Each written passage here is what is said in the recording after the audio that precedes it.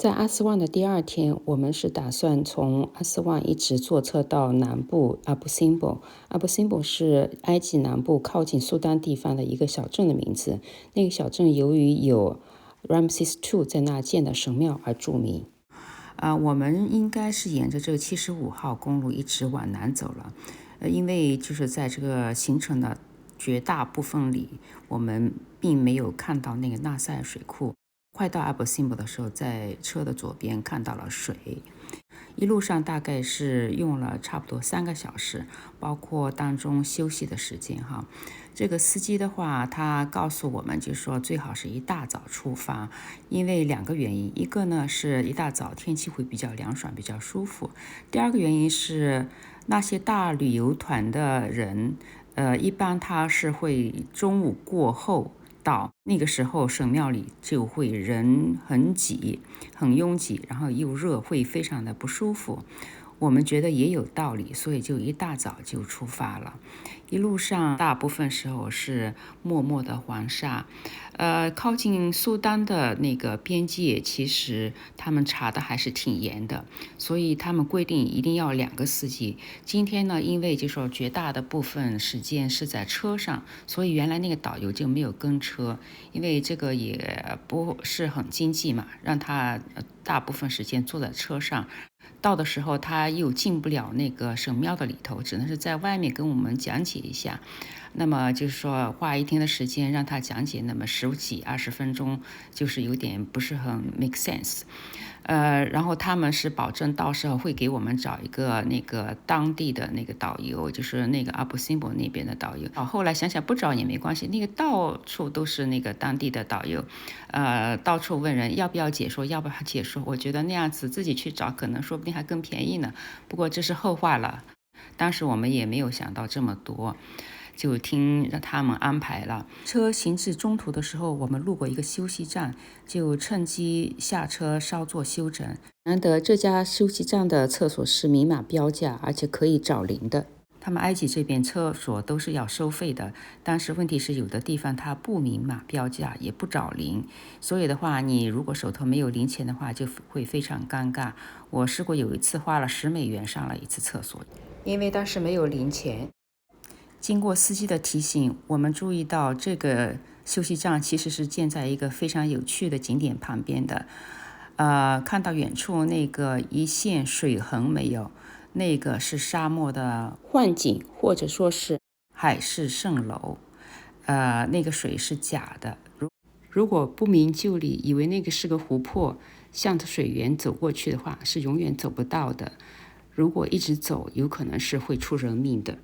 沿途我们家爷俩都是在打盹，但是我就还是挺好奇的，东看西看，发现沿途其实沙漠远处也有一些小小的金字塔。我是强烈怀疑当初古埃及那些有钱人家或有财势的人家墓葬都是使用的金字塔，只不过是和那些法老相比，他们的金字塔要小许多。很快我们就到了阿布辛博了，远处的那些水就是纳赛尔水库的水。纳赛尔水库大家可以自行了解一下，就是在那个1960几年的时候，由当时埃及的那个总统倡导，以及是集结了很多国际的一些援助修建的，也是一个很了不起的工程。我们的司机给我们找了一个导游陪我们进去，然后完了简单说明了一下这个湖和这个阿布辛博神庙的历史吧。这些我们其实也自己也之前了解过。阿布辛博它这个神庙它原来是在另外一个地方的，由于新建那个纳赛尔水库，原来那个地方的话会被淹没，所以在1960几年的时候动用了很多国际的一些资源，然后UNESCO 牵头的吧，把这个神庙一块一块的切下来，然后运到了这个地方重新组装。而且为了防止以后水位变化有可能对这个神庙产生风险，他们在移这个神庙之前把这个地方再次加高，等于是又人工建了一个小山丘一样子，然后再把那个神庙一块一块的移到这个地方来把它重新组装好。它这其实有2个神庙，一个是大神庙，一个是小神庙。无需多说，大神庙肯定是 Ramses II 他自己的神庙，然后小神庙呢，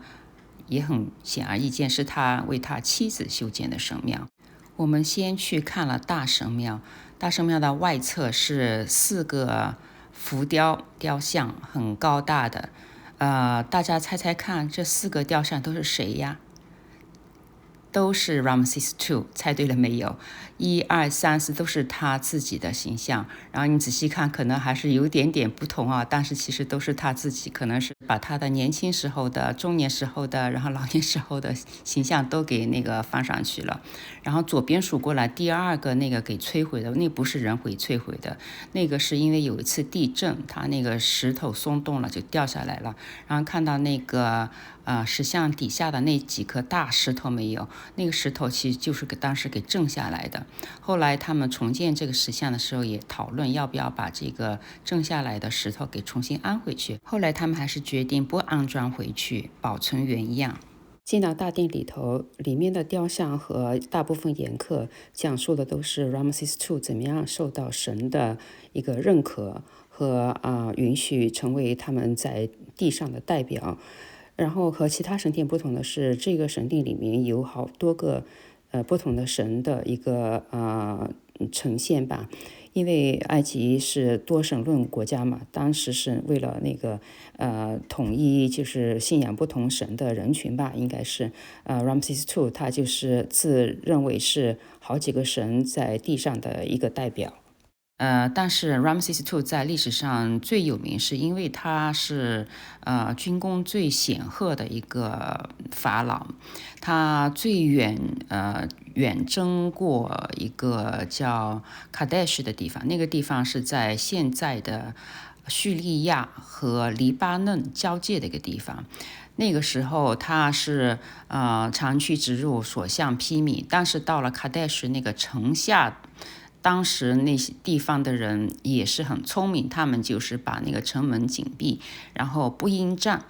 因为古埃及他们这个军队是长途跋涉嘛，所以就是最后也坚持不住了，因为这个补给是很重要的嘛。